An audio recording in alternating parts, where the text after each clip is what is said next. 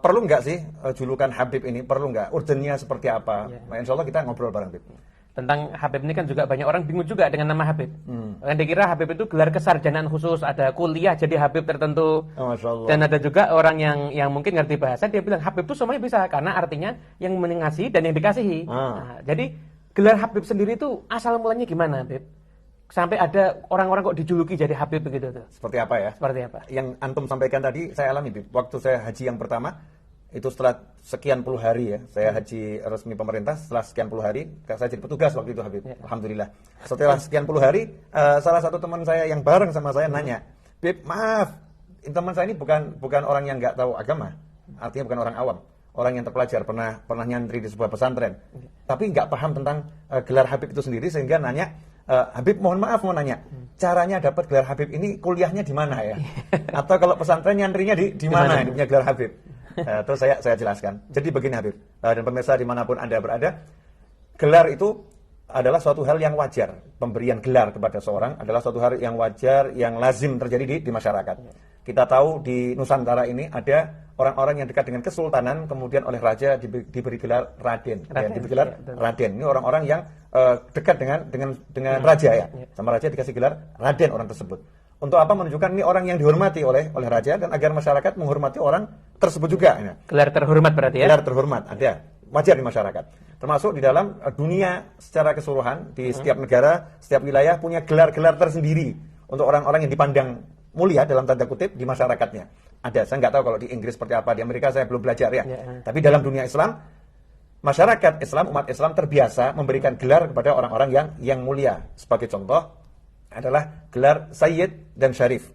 Gelar Sayyid dan Syarif menurut Buya Hamka dalam bukunya Tuan Kurau, yaitu Profesor Dr. Hamka menuliskan di kalau bisa dicek nanti di halaman 171 di buku Tuan Kurau, di akhirnya setelah mengutip hadis, Buya Hamka menyatakan, oleh karena itu maka menjadi tradisilah orang memberikan gelar Sayyid kepada keturunan Hasan dan Husain itu di seluruh dunia Islam. Gelar Sayyid kepada keturunan Hasan dan Husain di seluruh dunia Islam demi menghormati hadis Nabi tersebut. Setelah menjelaskan dua hadis tentang Rasul menyebut cucunya adalah Sayyid. Nah, artinya biasa orang diberi gelar Sayyid atau Syarif di dalam dunia Islam untuk menghormati anak cucu Nabi Muhammad SAW demi menghormati Rasulullah SAW. Berarti orang yang memberikan gelar, bukan Habibnya menggelari dirinya ya? Ada satu hal yang aneh gitu kalau Habib memberi gelar untuk dirinya sendiri gitu kan? Atau seseorang meraden-radenkan dirinya sendiri. Aku Raden gitu kan? Yang orang lain yang menunjukkan beliau adalah seorang Raden misalnya seperti itu. Tapi terkait gelar Habib yang marak di Nusantara, di Indonesia, yang marak di Malaysia, di Hadramut, khususnya di Asia. Kemudian juga di Amerika, banyak murid-muridnya para habaib yang dakwah di sana sehingga masyarakat itu mengatakan Habib gitu kepada guru-guru tersebut. Asal usulnya dari mana dan seperti apa? Ada pembahasan ilmiah dari para ulama dan juga pakar-pakar sejarah. Seperti kalau kita merujuk kepada buku-buku sejarah yang ada, Louis van den Berg itu menyebutkan di dalam bukunya Hadramut dan Koloni Arab, Hadramut dan Koloni Arab di Nusantara. Itu juga menyebutkan bagaimana gelar-gelar Habib ini sampai ada di dunia Islam, khususnya di Hadramut sendiri. Sejak kapan gelar Habib itu ada? Saya akan bahas insya Allah Habib. Mudah-mudahan ini memuaskan yang nanya dan memuaskan Habib. Oh iya, insya Allah. Pemirsa dimanapun Anda berada, kita fokus dulu nih. Habib asli dan Habib palsu. Ini menarik juga ya Habib ya. Habib asli dan Habib palsu. Dulu anak cucu Nabi Muhammad SAW itu tidak dijuluki Habib oleh masyarakat.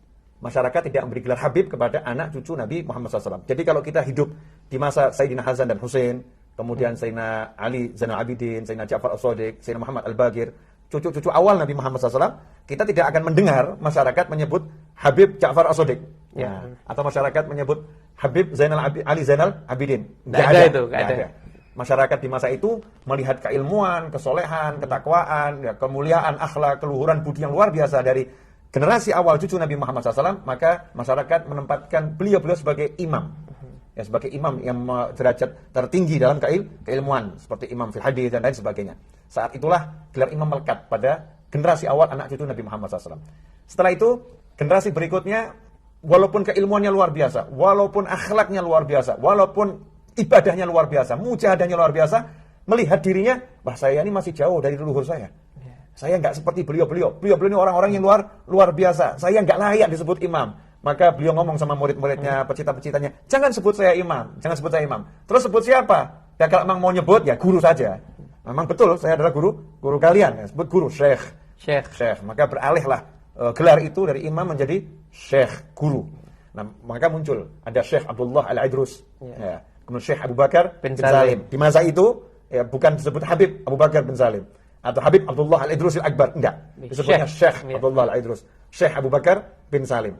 Kemudian bergeser di masa abad 11. Di abad ke-11 sampai sekarang, di masa Habib Abdullah Al-Haddad, saat itu beliau merasa nggak layak disebut sebagai guru. Masya Allah. Disebut Syekh nggak layak. Habib Abdullah bin Alwi Al-Haddad radhiyallahu anhu, qutbud da'wah wal irsyad. Ulama yang diakui oleh dunia Islam dan dunia secara keseluruhan. Umur 4 tahun sudah tunanetra, tetapi ilmunya luar biasa. Beliau mengatakan kami nggak layak disebut sebagai Syekh, guru. Maka sebut saja Habib, kekasih. Seperti tadi, kekasih. Ya, pecinta yang dicintai. Sebut Habib, kekasih. Terasa lebih nyaman, ya, karena merendahkan diri. Walaupun luar biasa, tetapi tetap merendahkan diri.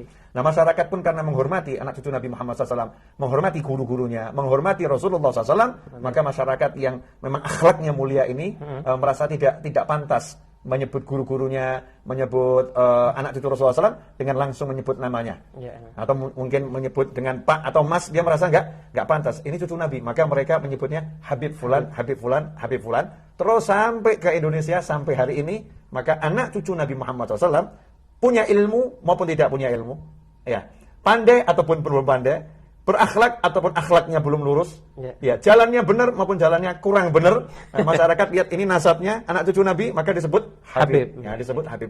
Julukan. Jadi yang mulia adalah yang berikan julukan, gitu. Jadi karena yang mulia nih mau menghormati Nabi Muhammad lewat keturunannya. Jadi kalau ada orang menyebut seorang dengan kemuliaan, berarti orang itu orang mulia. Disebut Habib sampai hari ini.